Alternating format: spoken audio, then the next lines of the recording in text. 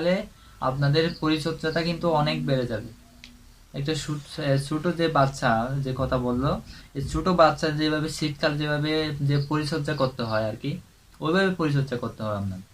আর বাহির থেকে polythene polythene আছে বিভিন্ন ধরনের দিয়ে একটা রুম তৈরি করতে হবে আর কি বাচ্চাদের জন্য, যাতে ঠান্ডা বাতাস যে হাওয়া যেটা ওটা যাতে ভিতরে না ঢুকে, না ঢুকতে পারে। যদি ভিতরে ঢুকে তাহলে বড় সমস্যা হতে পারে, কারণ ঠান্ডা লাগবে ছোট ছোট বাচ্চাদের যে নিউমোনিয়া, জ্বর, এরকম যে সমস্যা হয় এরকম হতে পারে, তাহলে বাচ্চা ওকে, অনেকগুলো মারা যায়।